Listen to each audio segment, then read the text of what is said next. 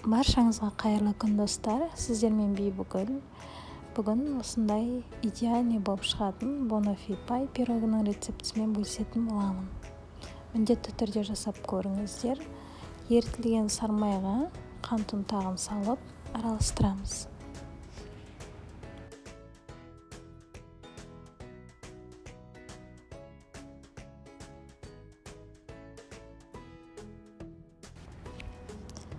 Үстіне жұмыртқаның сарысын саламыз.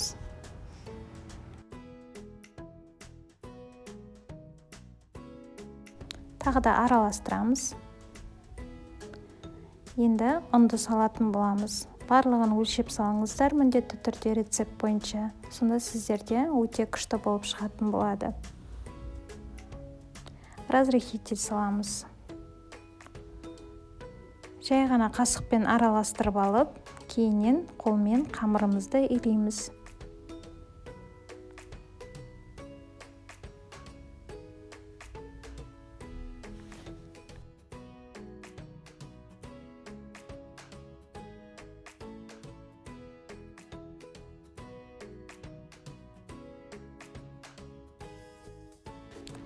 Бізде қолға жабыспайтын осындай песочный тесто пайда болады.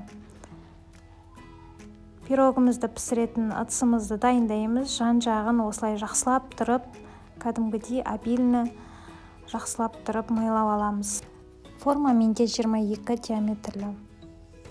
Тестомызды дәл видеодағыдай жан-жағына тарқатып салып шығамыз. Бортик болу керек міндетті түрде.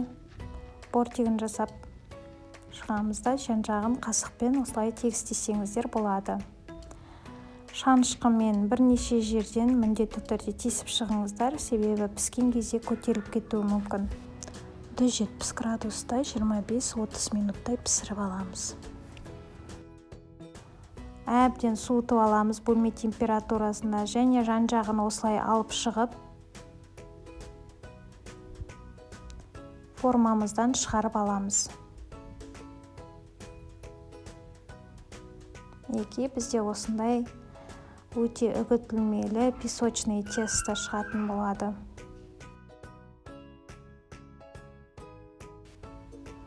Үстіне қайнатылған вареный сгущенкамызды саламыз. Және де жан-жағына тегістеп жағып шығып, оның үстіне бананымызды турап-турап салып шығамыз.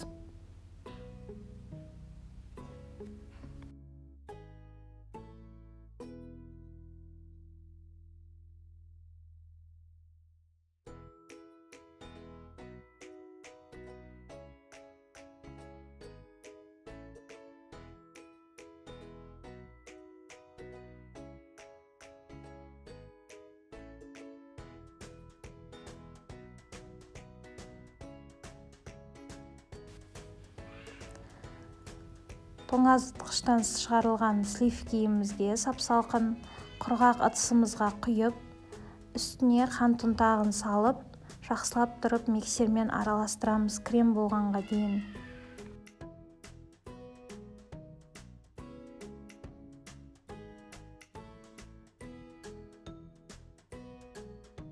Осы кремімізді торттың бетіне салып, тегістеп жайып шығамыз.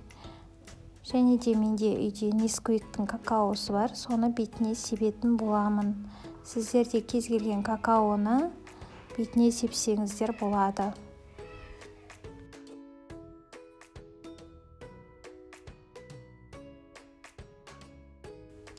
Достар, егер сіздерге рецепт ұнаған болса, міндетті түрде лайк басып, комментария жазып, менің арнама жазылуды ұмытпаңыздар.